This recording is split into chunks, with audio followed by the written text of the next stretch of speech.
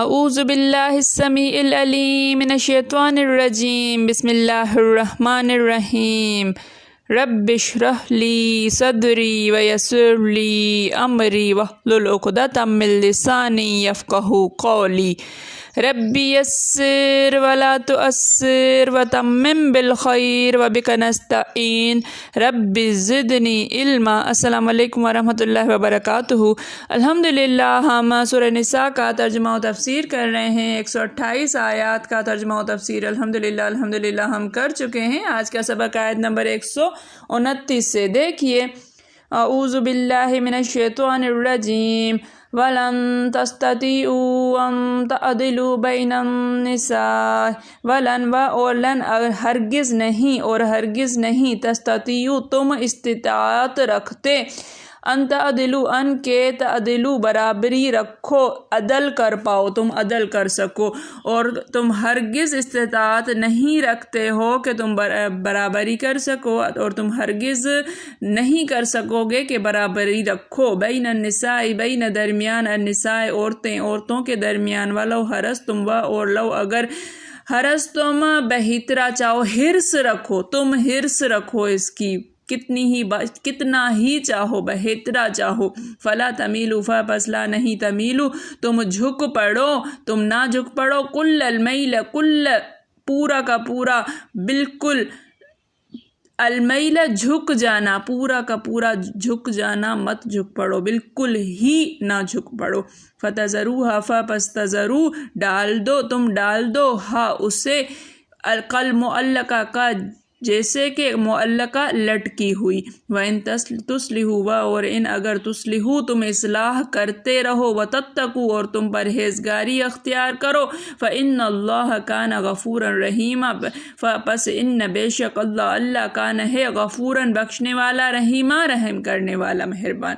وَلَن تَسْتَطِيعُوا أَن تَعْدِلُوا بَيْنَ النِّسَاءِ اور تم ہرگز نہیں کر سکو گے کہ برابری رکھو عورتوں کے درمیان، ولو حرصتم اگرچہ تم اس کی حرص ہی رکھو۔ فلا تمیلوا کل المیل پس تم نہ جھک پڑو بالکل ہی جھک جانا۔ فتذروها کالمعلقہ کہ تم ڈال دو ایک کو جیسے کہ لٹکی ہوئی۔ وَإِن تُصْلِحُوا اور اگر تم اصلاح کرتے رہو، وَتَتَّقُوا اور پرہیزگاری کرو، فَإِنَّ اللَّهَ كَانَ غَفُورًا رَحِيمًا تو بے شک اللہ تعالیٰ بخشنے والا، مہربان ہے۔ اور تم خواہ کتنا ہی چاہو عورتوں میں ہرگز برابری نہ کر سکو گے، تو ایسا بھی نہ کرنا کہ ایک ہی کی طرف ڈھل جاؤ اور دوسری کی ایسی حالت میں چھوڑ دو کہ گویا ادھر ہوا میں لٹک رہی ہے۔ اور اگر آپس میں موافقت کر لو اور پرہیزگاری کرو تو اللہ بخشنے والا، مہربان ہے۔ وَإِن يَتَفَرَّقَا اور ان اگر یتفرقا دونوں جدا ہو جائیں، تفریق ہو جائے دونوں میں، یغن اللہ یغنی بے نیاز کر دے گا اللہ کلن ہر ایک کو من سعتہ من سے سعت وسعت ہی اپنی وسعت سے، اپنی کشائش سے۔ وکان اللہ اور کان ہے اللہ واسعاً کشائش والا، وسیع وسعت والا، حکیماً حکمت والا۔ وَإِن يَتَفَرَّقَا يُغْنِ اللَّهُ اور اگر جو دونوں میں جدائی ہو جائے تو اللہ بے نیاز کر دے گا کلن ہر ایک کو من سعتہ اپنی کشائش سے۔ وکان اللہ واسعاً حکیمہ اور اللہ تعالیٰ کشائش والا، حکمت والا ہے۔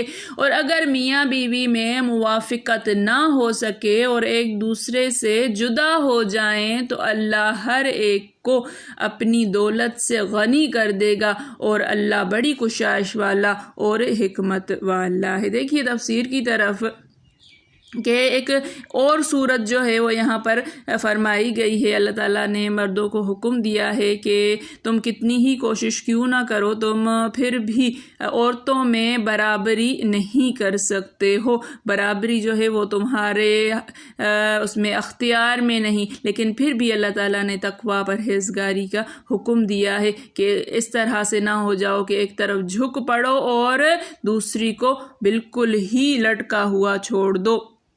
فرمایا تمہارا احسان اور تقویٰ کرنا، یعنی عورت کی طرف کی ناراضگی سے درگزر کرنا اور اسے باوجود ناپسندیدگی کے اس کا پورا حق دینا، باری میں لین دین میں برابری کرنا، یہ بہترین فعل ہے جسے اللہ بخوبی جانتا ہے اور جس پر وہ بہت اچھا بدلہ دے گا۔ ارشاد ہوتا ہے کہ گو تم چاہو کہ اپنی کئی ایک بیویوں کے درمیان ہر طرح بالکل پورا عدل و انصاف اور برابری کرو تو بھی تم کر نہیں سکتے، اس لیے کہ گو ایک ایک رات کی باری باندھ لو، لیکن محبت، چاہت، شہوت، جماع وغیرہ میں برابری کیسے کر سکتے ہو؟ ابن ملکیہ فرماتے ہیں یہ بات حضرت عائشہ رضی اللہ تعالیٰ عنہ کے بارے میں نازل ہوئی ہے۔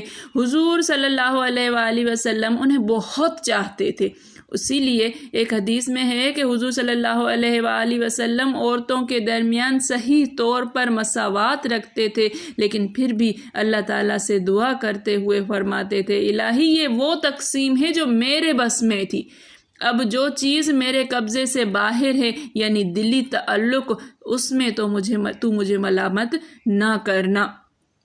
اور وہ پھر فرمایا کہ بالکل ہی ایک جانب جھک نہ جاؤ کہ دوسری کو لٹکا دو، وہ نہ بے خاوند کی رہے نہ خاوند والی، وہ تمہاری زوجیت میں ہو اور تم اس سے بے رخی برتو، نہ تو اسے طلاق ہی دو کہ اپنا دوسرا نکاح کر لے، نہ اس کے وہ حقوق ادا کرو جو ہر بیوی کے لیے اس کے میاں پر ہیں۔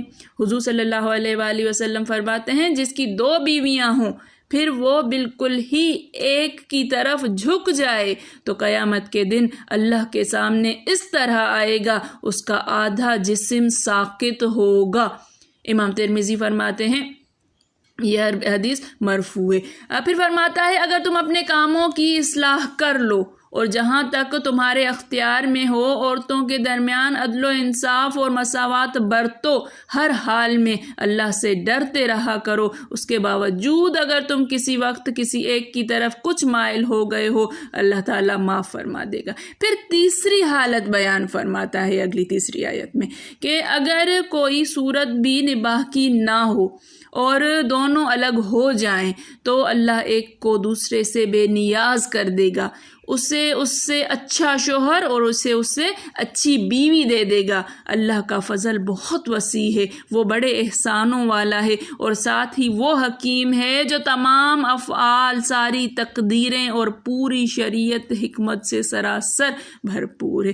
یہ والی آیت عورتوں کو، خاص طور پر وہ عورتوں کو جن کو طلاق ہو جاتی ہے، جن کے شوہر انہیں بار بار طلاق دیتے ہیں، پھر بھی وہ چپکی رہتی ہیں ان کے ساتھ، پھر بھی وہ حرام زندگی گزارنے کے لیے جو ہے وہ تیار رہتی ہیں، لیکن الگ نہیں ہونے کو تیار ہوتی ہیں۔ اللہ کی بندیوں، اللہ تعالیٰ کہتا ہے، اللہ تعالیٰ غنی کر دیتا ہے، اللہ تعالیٰ بے پرواہ کر دیتا ہے، بے نیاز کر دیتا ہے۔ اگر طلاق ہو گئی، اب نباہ کی کوئی صورت نہیں رہی ہے، اگر اب ساتھ رہتے ہیں تو زندگی بھر حرام زندگی گزاریں گے، کیا حرام زندگی گزارنا بہتر ہے اس سے کہ انسان آگے بڑھے، آگے جا کر زندگی گزارے، نکاح کرے؟ ایسا تھوڑی ہے کہ زندگی وہیں پر اسی شوہر کے ساتھ ختم ہو جاتی ہے، بند ہو جاتی ہے اور آگے کوئی راستے نہیں۔ اللہ تعالیٰ نے راستے نکالے ہیں، اللہ تعالیٰ کشائش والا ہے، اللہ تعالیٰ بے نیاز کر دیتا ہے۔ حالت یہ ہوتی ہے کہ پچھلا جو شوہر ہوتا ہے وہ یاد تک نہیں رہتا، اللہ تعالیٰ اس سے بہترین عطا فرما دیتا ہے۔ اس انتظار میں میرا کیا ہوگا، اس خوف میں کہ میرے بچوں کا کیا ہوگا اور آگے پتہ نہیں زندگی کیسی ہوگی، اور حرام زندگی گزارنے کے لیے تیار ہے، طلاق کے بعد بھی ساتھ رہ رہے ہیں۔ بہت سارے ایسے واقعات، بہت سارے ارد گرد کہ چپکی ہوئی ہیں، روئے جا رہی ہیں، اور وہ یہ چیز سمجھ لو اللہ کی بندیوں، یہ چیز سمجھ لو اللہ تعالیٰ کریم ہے، اللہ تعالیٰ ذہن سے محو کر دیتا ہے، اللہ تعالیٰ بھلا دیتا ہے، غنی کر دیتا ہے، وہ وسعت والا ہے، اس کی کائنات بہت بڑی ہے، وہ اپنے بندوں کو ایسے نہیں چھوڑ دیتا ہے کسی ایک کے سہارے، کوئی کسی کے لیے مرتا نہیں ہے، یہ چیز سمجھ لو۔ اللہ تعالیٰ سمجھنے کی توفیق عطا فرمائے۔ میرے پڑھانے میں، آپ کے پڑھنے میں، میرے سمجھانے میں، آپ کے سمجھنے میں کوئی غلطی، خطا، بھول چوک ہو گئی ہو تو میں اللہ کے حضور میں توبہ کرتی ہوں اور معافی کی خواستگار ہوں۔ ربنا تقبل منا انک انت السمیع العلیم۔ السلام علیکم ورحمۃ اللہ وبرکاتہ۔